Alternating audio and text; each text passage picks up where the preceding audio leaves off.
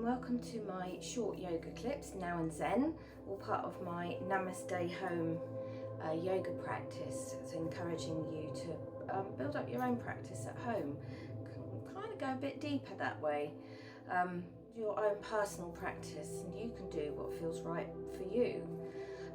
So what we're going to work with today, we're going to work with a pose that works on the nadis, is the Sanskrit word for it, or flow, or the meridian lines that they're used in kind of Eastern medicine, medical practice. So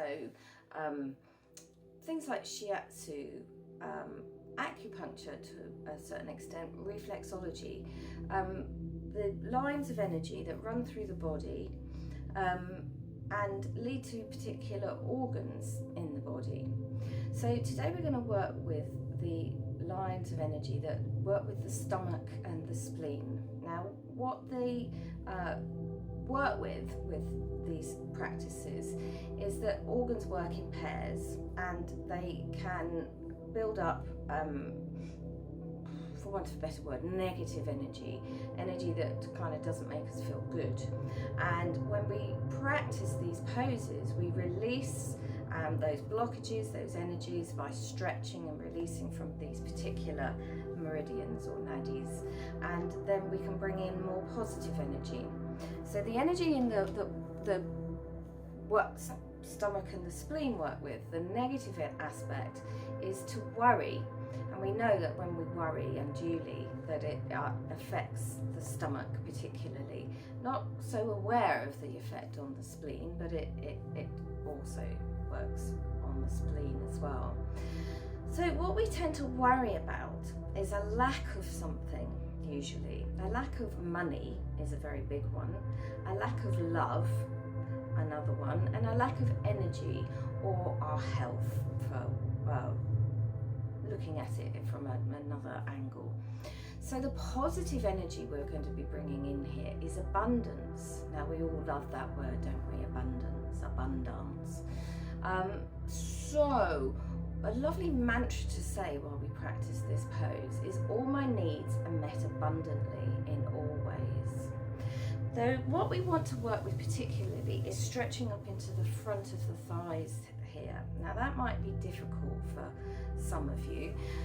It may be because of issues with your knees, or it may be because of issues with your ankles. So if that's the case, I'm going to show you more modified versions of this pose anyway. But if that's the case, then it's absolutely fine to do this one kneeling up. So it's a bit like the Uttanasana yoga pose, where we just put our hands on the back here and take the head back slowly, not taking it too far.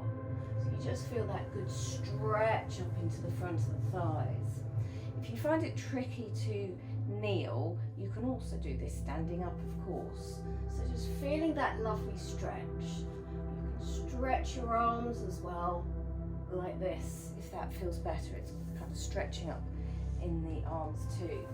Now, for the actual pose, if you're okay to kneel down, the most modified version of the pose is to have the hands behind the back, fingertips pointing inwards. You slowly take the head back, and then if that feels okay for you, you see if you can lift the bottom off the heels of the feet.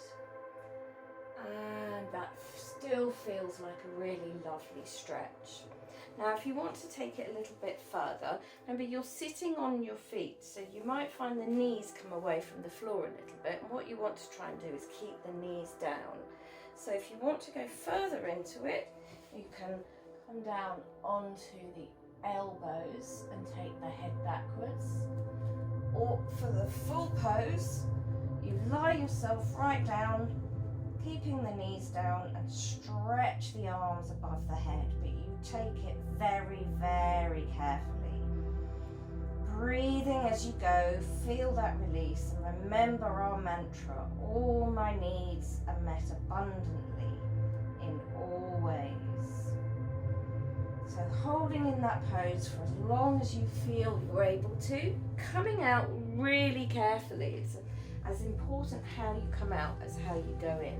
And then we come into child's pose. So hands down by the feet, forehead down, and just stretch the back out the other way.